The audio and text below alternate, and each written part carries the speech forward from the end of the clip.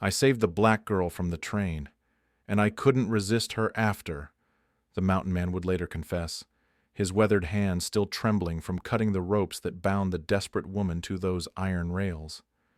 The townsfolk of Redemption had always seen him as nothing but a broken hermit, whispering cruel jokes about the wild-eyed trapper who'd surely drink himself to death in that filthy cabin. They assumed he'd fade into the wilderness like smoke, forgotten and worthless.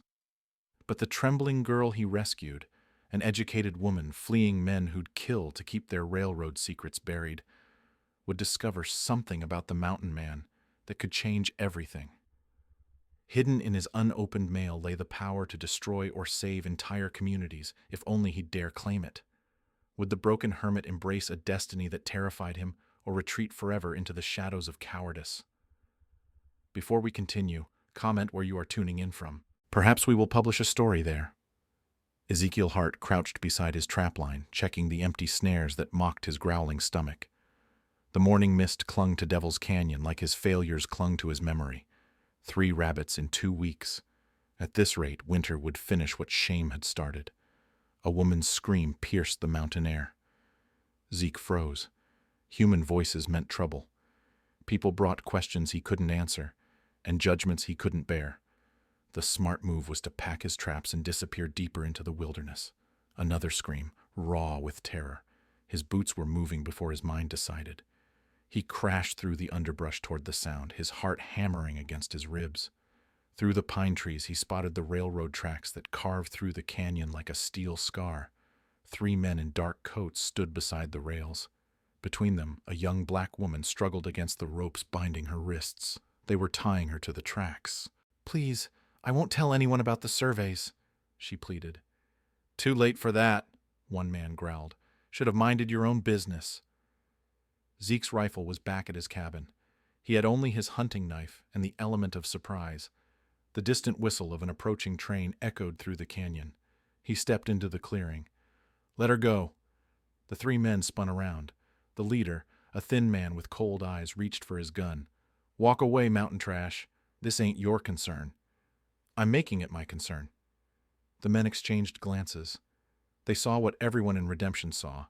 A broken-down hermit in patched clothes, reeking of failure and cheap whiskey. Not worth their time. "Kill him too," the leader ordered. But Zeke was already moving. Years of hunting had taught him patience and speed.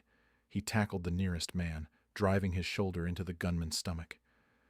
They rolled across the rocky ground as the other 2 scrambled for their weapons. A gunshot cracked through the air. The bullet whined past Zeke's ear as he wrestled for control of the fallen man's pistol. His opponent was younger and stronger, but desperation made Zeke fierce. The train whistle blew again, closer now. "Forget the old fool," the leader shouted. "The train's coming. Let's go." Zeke heard hoofbeats thundering away as he finally wrested the gun free. He spun toward the tracks where the woman lay bound, her dark eyes wide with fear. The approaching locomotive's headlight cut through the morning gloom. His hands shook as he sawed through the thick ropes with his knife. The hemp fibers were stubborn, designed to hold. The train's rumble grew louder, vibrating through the steel rails. "Hurry!" she whispered. The last strand snapped. Zeke hauled her off the tracks just as the freight train roared past, its wind whipping their hair and clothes. The woman collapsed against him, trembling. "Thank you," she gasped. "They were going to kill me." Zeke helped her to her feet. She was young, maybe 25, with intelligent eyes and calloused hands that spoke of honest work. Her dress was torn but well made, not a runaway slave or a saloon girl, someone with education and purpose. "Who were those men?" he asked. "Railroad agents. I found documents I wasn't supposed to see." She studied his weathered face. "I'm Sophia Monroe from New Haven Settlement." Zeke had heard of New Haven, a community of freed slaves and white sympathizers living together south of the mountains. Folks in Redemption called it a nest of troublemakers. "I'm Zeke Hart. My cabin's not far if you need shelter." Sophia nodded gratefully. They walked in silence through the forest, both lost in their own thoughts. At his cabin, Zeke was suddenly aware of how it must look to an educated woman. Dirty dishes, empty bottles, unopened mail scattered across his table like fallen leaves. Sophia's eyes fixed on the pile of letters. You get a lot of correspondence for a mountain man. Zeke's face burned with shame. Can't read much of it. Mostly bills I can't pay anyway. Sophia approached the table carefully. May I? At his nod, she picked up one of the official-looking envelopes. Her eyes widened as she read. Then she grabbed another letter, and another. Mr. Hart, do you know what these are? Dunno. Government nonsense, probably. Sophia's hands trembled as she held up a legal document. This is from a law firm in San Francisco. You've inherited a substantial estate from your uncle, Theodore Hart. Land, mining rights, railroad investments. According to this, you're worth over $200,000. Zeke stared at her. That's impossible. There are 3 more letters confirming it, bank statements, property deeds. Sophia's voice grew excited. You're not poor, Mr. Hart. You're one of the wealthiest men in the territory. The words hit him like a physical blow. For 5 years, he'd lived like a beggar, scraping for survival while a fortune sat unopened on his table. The irony was so cruel it made him laugh. Don't matter, he said finally. I can't read contracts or handle business. I just lose it all anyway. But you could help people. You could help my community. What's New Haven to me? Sophia pulled a singed paper from her pocket. The railroad wants our land for a new route. These surveys show they plan to force us out, burn our homes if necessary. With your resources, you could stop them. Through his cabin window, Zeke saw riders moving through the distant trees. The men from the tracks had returned, and they'd brought friends. The riders circled Zeke's cabin like wolves around wounded prey.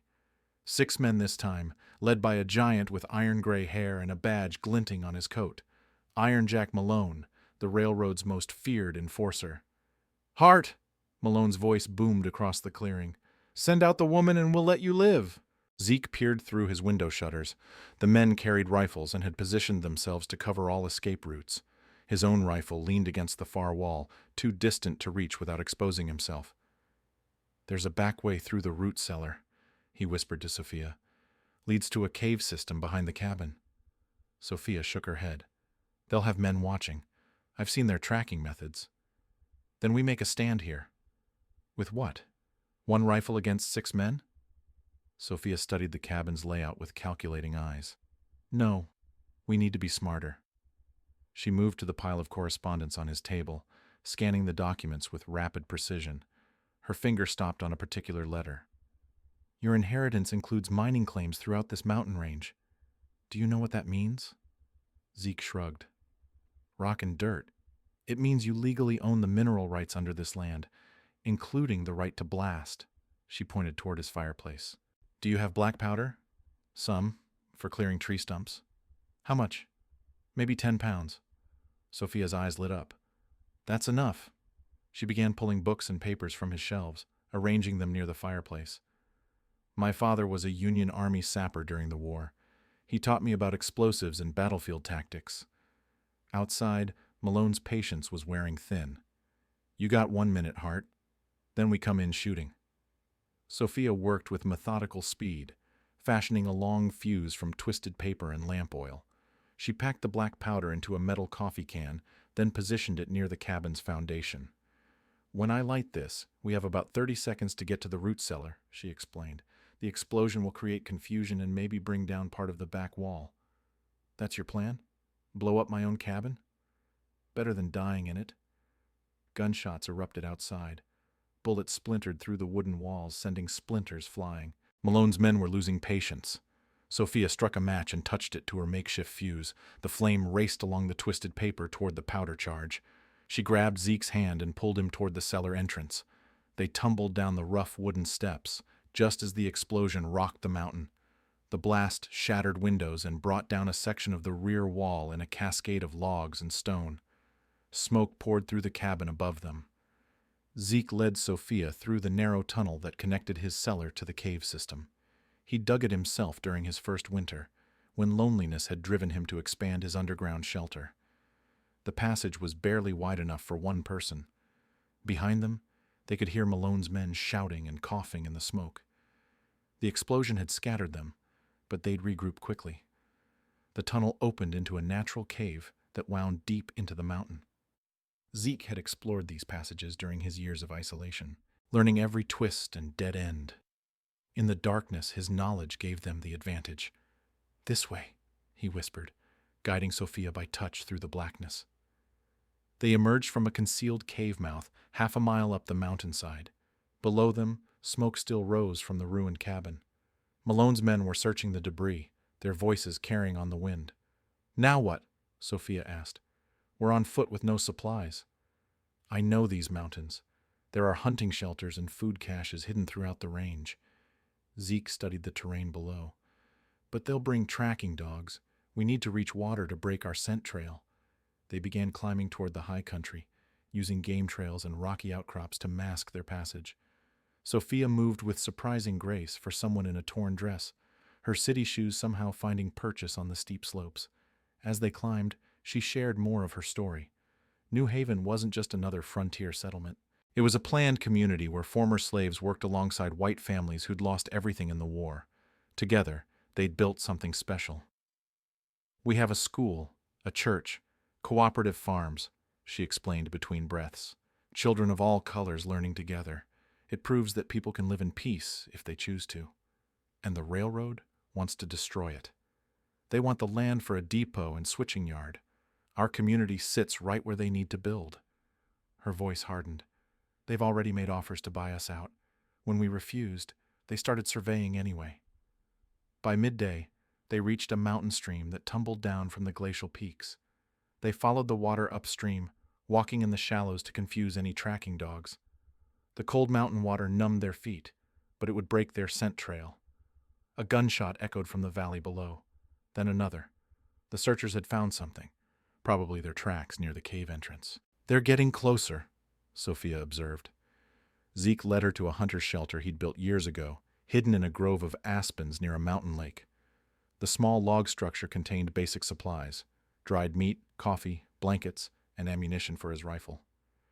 As they rested and planned their next move, a familiar voice called from the trees. "Zeke Hart, you old fool. What have you gotten yourself into now?" Martha McCoy emerged from the forest, leading 2 saddled horses. She was a sturdy woman in her 40s, dressed in men's clothing and carrying a rifle with practiced ease. "Martha?" Zeke stared at his childhood friend. "How did you find us?" "Saw the smoke from your cabin. Figured you were either dead or in trouble." Her eyes took in Sophia's torn dress and frightened expression. "Looks like trouble won." Martha had brought more than horses. Her saddlebags contained food, clean clothes, and medical supplies. But most importantly, she carried information. "The railroad's got men searching every trail between here and New Haven," she reported. "They're calling it a manhunt for escaped criminals." Sophia's face darkened. "We're not criminals. Tell that to the territorial governor. Word is he signed warrants for both of you." Martha's expression was grim. "The railroad's got powerful friends, and they're using them." As the sun set behind the mountain peaks, the 3 of them planned their escape route. They would have to travel at night, avoiding the main trails and settlements where railroad agents might be waiting. But first, they needed to reach New Haven and warn the community of the coming storm. The ride to New Haven took 3 days through hidden mountain passes that Martha knew by heart. She led them along game trails and forgotten mining roads, always staying ahead of the railroad search parties. At night, they camped without fires and took turns keeping watch. Sophia rode with quiet determination, her borrowed clothes and steady hands on the reins revealing her frontier toughness beneath the educated exterior. She spoke little during the journey, but Zeke caught her watching him with curious eyes, as if trying to solve a puzzle. On the 3rd morning, they crested a ridge and saw New Haven spread below them in a green valley. Zeke had expected a rough collection of shacks and tent camps. Instead, he found himself looking down at a proper town. Neat wooden houses lined dirt streets. Gardens and small farms stretched toward the valley walls. A white church steeple rose from the center of town, and he could see children playing in a schoolyard. Smoke from morning cooking fires drifted peacefully into the clear air. "It's beautiful," he said. Sophia smiled for the first time since the train tracks. "Wait until you meet the people." They rode into town as the morning bells were ringing. People emerged from houses and shops to greet them. Zeke had braced himself for suspicion or fear, but the residents of New Haven welcomed him with genuine warmth. Samuel Wright, a tall black man with graying hair and carpenter's hands, clasped Zeke's shoulder like an old friend. Any man who risks his life for our Sophia is family here. Rebecca Foster, the school teacher, was a small white woman with fierce blue eyes and ink-stained fingers. She studied Zeke with the intensity of someone who sized up people quickly and accurately. "We heard about your cabin," she said. "The railroad's been spreading stories about dangerous fugitives, but we know better." The community gathered in the church to hear their report. Zeke found himself surrounded by faces of every shade, all united by shared purpose and mutual respect. Former slaves sat beside white families who'd fled the devastation of war. Children played together regardless of color. Sophia stood before the assembled crowd and explained what she'd discovered. The railroad surveys, the forced relocation plans, the violence at the train tracks. Her voice carried clearly through the packed church. "They mean to drive us out by any means necessary," she concluded. "We have weeks, maybe days, before they make their move." Fear rippled through the crowd, but it quickly hardened into resolve. These people had already lost everything once. They wouldn't run again. Samuel Wright spoke for the community leaders. "What do you suggest we do?" Sophia looked at Zeke. "Mr. Hart has resources that could help us fight this legally." All eyes turned to him. Zeke felt his old shame rising, the familiar urge to retreat and hide. These people were educated, organized, purposeful. What could a broken mountain hermit offer them? But then he remembered the inheritance documents, the numbers that still seemed impossible. He thought of Sophia tied to those train tracks and the casual cruelty in the railroad men's eyes. "I came into some money recently," he said quietly. "Enough to hire lawyers, maybe buy some political influence." Rebecca Foster leaned forward. "How much money?" "According to the papers, about $200,000. The church fell silent. In 1875, such a sum could build railroads or buy entire towns. It was enough to challenge the most powerful corporations in the territory. Samuel Wright was the first to speak. "That changes everything." Over the next several hours, they developed a strategy. Zeke would travel to Denver to hire the best lawyers money could buy. Sophia's stolen documents, combined with proper legal research, could expose the railroad's fraudulent land claims. Meanwhile, the community would prepare for the worst. They organized watch schedules and emergency plans. The men cleaned their rifles while the women prepared medical supplies and food stores. As the meeting broke up, people approached Zeke individually to thank him. An elderly black woman pressed his hand between her weathered palms. A white farmer offered him the use of his best horse. Children smiled at him shyly from behind their parents' legs. For the first time in years, Zeke felt useful. These people saw him not as a failure, but as hope. That evening, Sophia showed him around the town properly. The school where Rebecca taught 30 children from primer books to advanced mathematics. The cooperative store where families pooled resources to buy supplies. The workshop where Samuel Wright built furniture and trained apprentices. "How did you make this work?" Zeke asked as they walked past houses where black and white families lived side by side. "Same way any community works. People decided to treat each other with respect." Sophia paused beside a vegetable garden where an elderly white man was teaching 2 black children how to plant beans. "It's not perfect. We have disagreements and hurt feelings like anywhere else. But we've proven something important." "What's that?" That the future doesn't have to look like the past."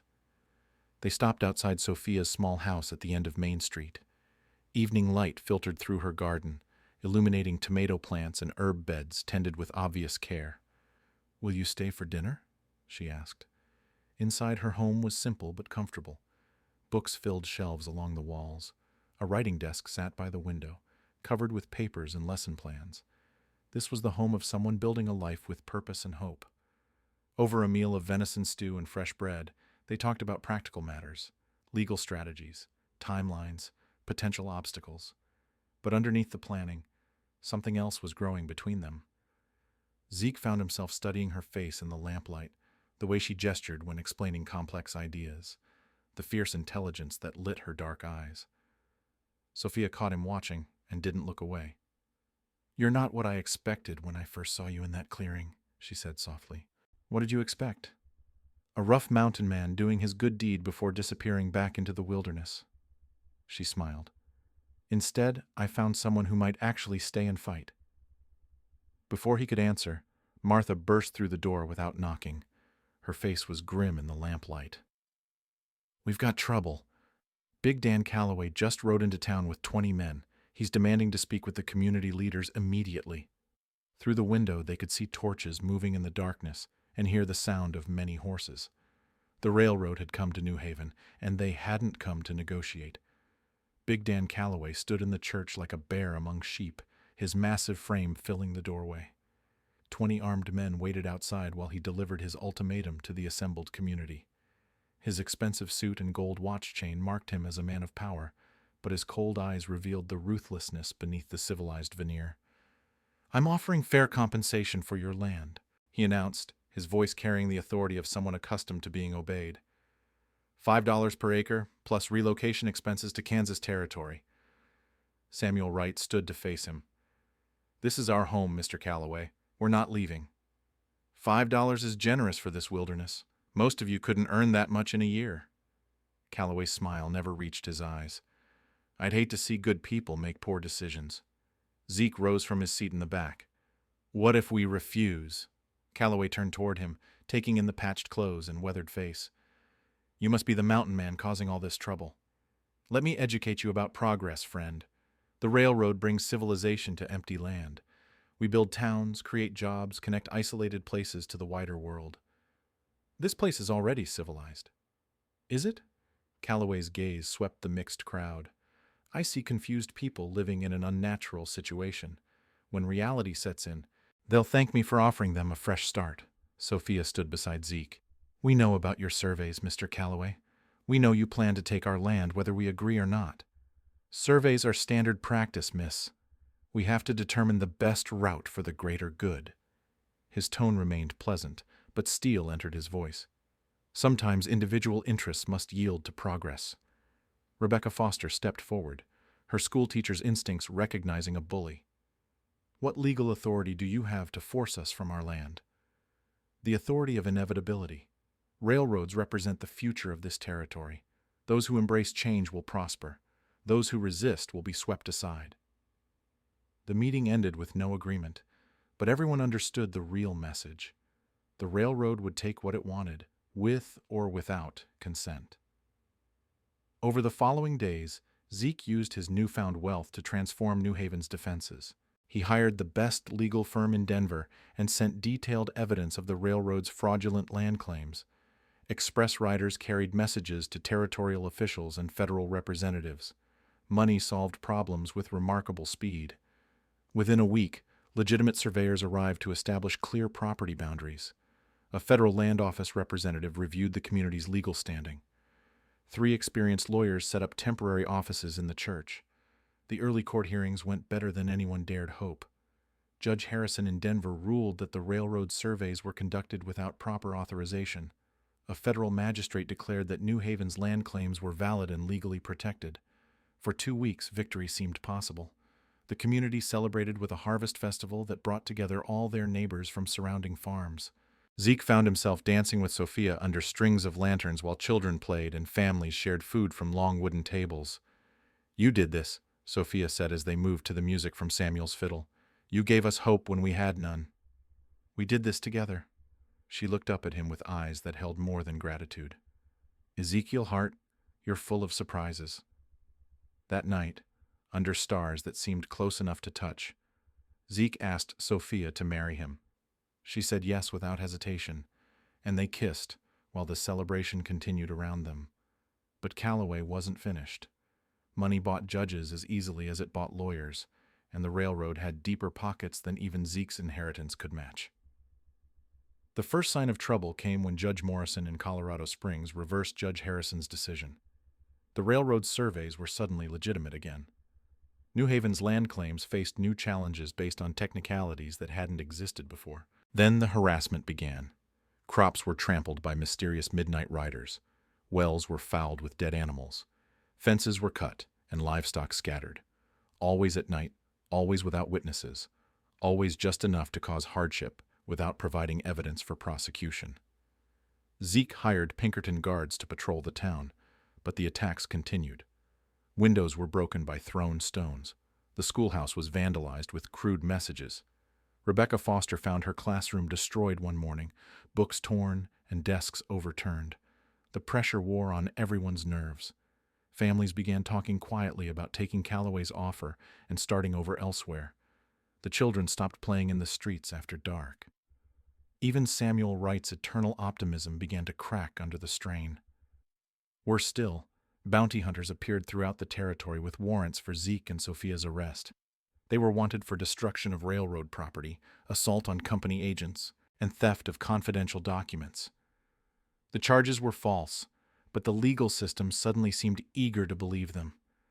Zeke and Sophia were forced to hide in safe houses around New Haven, never staying in one place for more than a day. Their wedding was a hurried ceremony in Martha's barn with only a handful of witnesses, their happiness shadowed by the need to keep moving. The final blow came when Territorial Judge Blackwood ruled from his bench in Colorado Springs. New Haven must evacuate within 30 days to make way for legitimate railroad development. The community's appeals were denied. Their lawyers were threatened with disbarment if they continued fighting.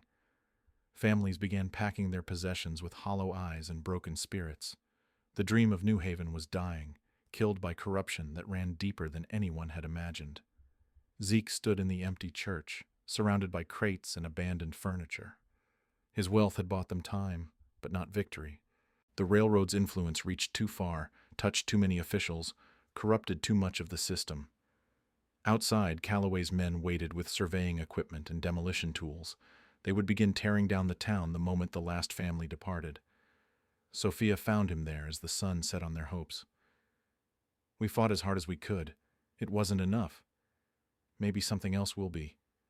Her words carried a weight he didn't understand, but before he could ask what she meant, Martha burst through the church doors with news that would change everything. Martha entered the church flanked by 4 men in federal uniforms, their badges gleaming in the lamplight.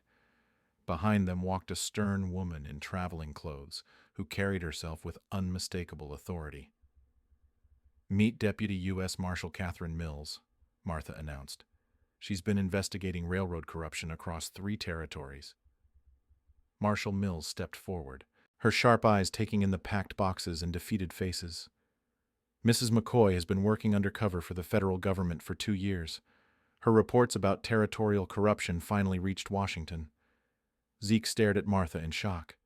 His childhood friend, the woman who'd helped them escape the mountains, was a federal agent.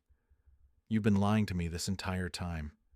I've been protecting you, and dozens of other communities facing the same threats." Martha's voice carried no apology. "The railroad corruption runs deeper than anyone imagined." Marshal Mills opened a leather satchel and withdrew official documents. The papers Miss Monroe recovered weren't just railroad surveys. They were federal evidence being smuggled out by one of our murdered agents.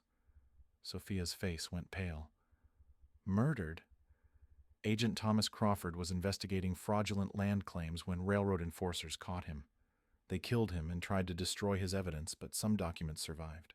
Mills spread papers across the church altar. "What you found proves a conspiracy involving 5 railroad companies, 12 territorial judges, and at least 30 federal land office officials." The scope of the corruption was staggering. Railroad companies had been systematically stealing federal land, bribing officials, and using violence to silence opposition. New Haven was just one target among hundreds. "This goes all the way to Congress," Mills continued. "Railroad lobbyists have been purchasing votes on legislation that affects millions of acres. Your case became the key that unlocked everything." Zeke studied the federal documents with growing amazement. Bank records showing bribe payments, letters between corrupt judges, survey reports documenting fraudulent claims across the entire territory. "Why didn't you reveal this sooner?" Samuel Wright asked Martha.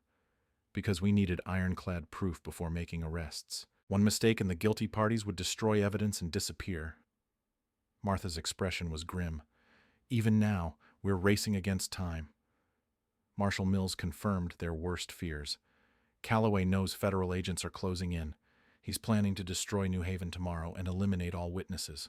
His men have orders to make it look like a tragic fire that claimed the entire community." The church fell silent as the implications sank in.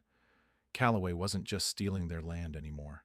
He was planning mass murder to cover his crimes. "What can we do?" Rebecca Foster asked. "Help us catch them in the act. We have 40 federal agents positioned around the valley, but we need evidence of their violent intentions." Mills turned to Zeke and Sophia. "Your testimony will be crucial, but only if we can keep you alive long enough to give it." Over the next several hours, they developed a desperate plan. The community would pretend to evacuate as ordered, but federal agents would be hidden throughout the town. When Calloway's men arrived to destroy evidence, the agents would be waiting. It was dangerous. If the plan failed, everyone in New Haven could die. But staying silent meant certain destruction anyway. As dawn approached, families began their fake evacuation.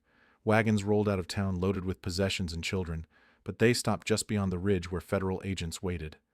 Only a few volunteers remained behind to spring the trap. Zeke and Sophia hid in the church bell tower with Marshal Mills, watching through the windows as Calloway's army approached. 20 men with torches and kerosene cans, ready to burn every building to ash. "Remember, we need them to start the fires before we move," Mills whispered. "Otherwise, they can claim they were just conducting legal surveys." Calloway rode at the head of his men, his expensive suit replaced by work clothes suitable for destruction. He carried a pistol openly and shouted orders like a military commander. "Burn everything! Leave no evidence of what was here!" His men spread through the empty streets, entering houses and pouring kerosene on floors and furniture. The acrid smell of fuel filled the air as they prepared their crime. From the bell tower, Zeke watched his new home being prepared for destruction. These people had welcomed him, trusted him, believed his wealth could save them. Now they were all in mortal danger because of railroad greed. "There," Mills pointed toward the schoolhouse where 2 men were lighting torches. "That's our signal." Federal agents emerged from their hiding places like ghosts materializing from shadows. They surrounded Calloway's men with military precision, rifles raised and orders clear. "Federal marshals, drop your weapons and surrender." Some of Calloway's men complied immediately, recognizing the futility of resistance. Others reached for their guns in desperate panic. Brief gunfire echoed through the valley before the last holdouts threw down their weapons. Calloway himself tried to escape on horseback, but Martha McCoy was waiting at the valley's mouth with 6 mounted agents. They brought him back in chains, his arrogance finally replaced by the fear of a caught criminal. Marshal Mills arrested him personally, reading charges that seemed to go on forever: conspiracy, murder, bribery, land fraud, intimidation of federal witnesses. Each charge carried years in federal prison. "You can't prove any of this," Calloway snarled as the handcuffs clicked shut. Mills smiled coldly. "We have bank records, correspondence, and witness testimony from a dozen communities you've destroyed. We have enough evidence to hang you twice." As the federal agents led their prisoners away, the real residents of New Haven returned from their hiding places. Children ran through streets that had almost become their graveyard. Families embraced in relief and disbelief. But even as they celebrated survival, larger questions remained. How many other communities faced similar threats? How deep did the corruption extend? And most importantly, would justice truly be served, or would powerful interests find ways to protect their own? The battle for New Haven was won, but the war against corruption was just beginning. The federal trials in Denver lasted 3 months and made headlines across the nation.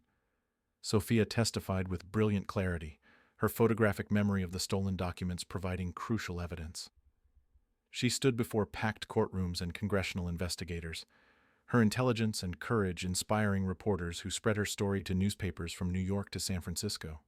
Zeke watched from the gallery as his wife dismantled the railroad's defense with precise facts and unshakable dignity. The lawyers tried to intimidate her, but Sophia had faced down men with guns.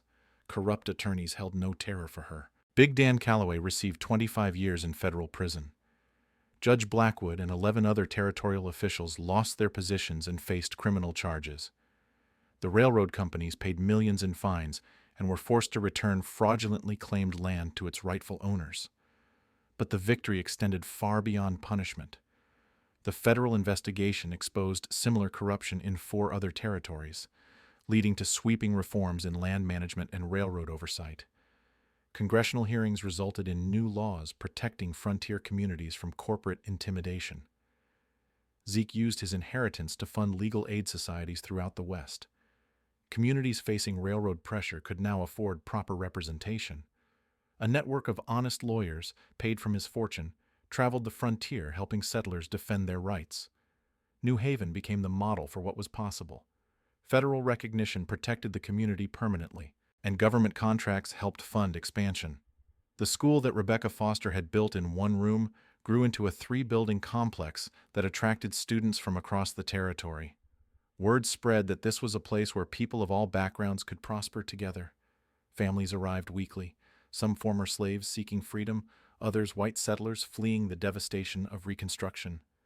The community welcomed them all, sharing resources and knowledge freely.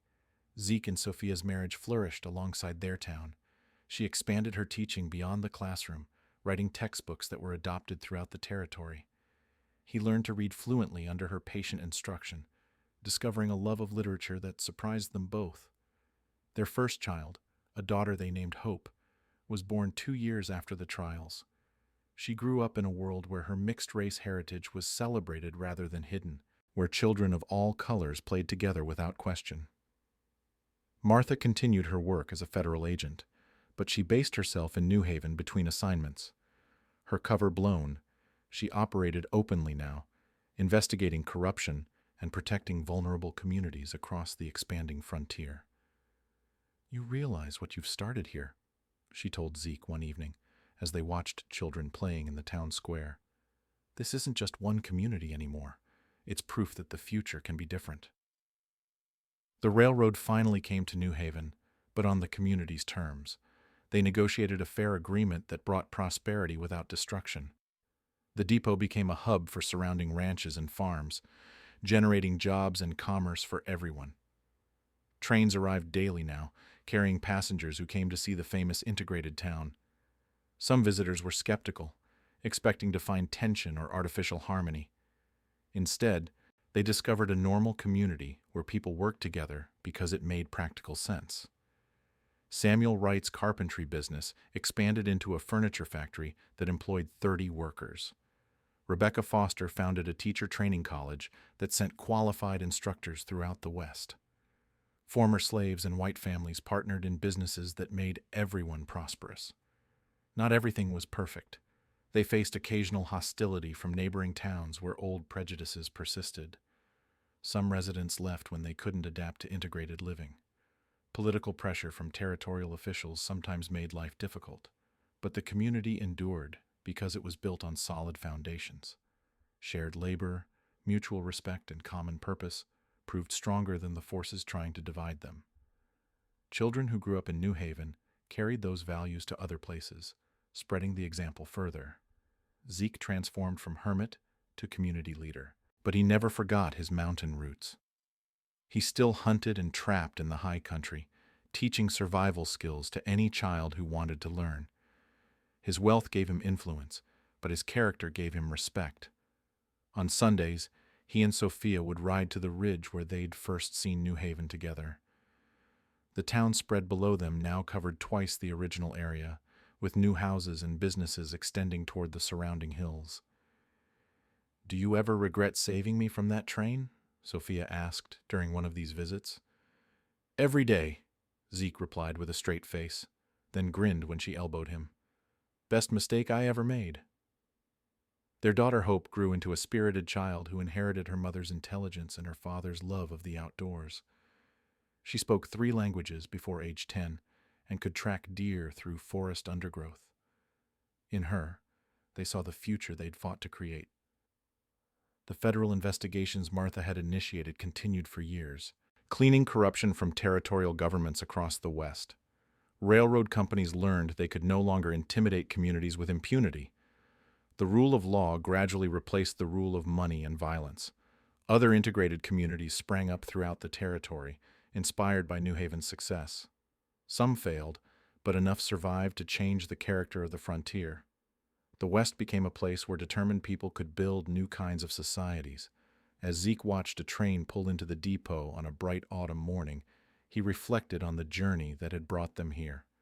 A desperate woman's scream had pulled him from isolation into purpose. Love had given him courage, Community had given him a home worth defending. Passengers stepped down from the train cars, newcomers seeking the freedom and opportunity that New Haven represented. Among them were families of every description, united by hope for a better future. Sophia joined him on the platform, their young daughter riding on his shoulders. Together, they greeted the new arrivals and began the process of building tomorrow, one family at a time. The mountain man who had once lived alone in shame now stood surrounded by friends, family, and endless possibility. He had saved one woman from a train, and in return, she had saved him from a life of meaningless solitude. Sometimes the smallest acts of courage change entire worlds,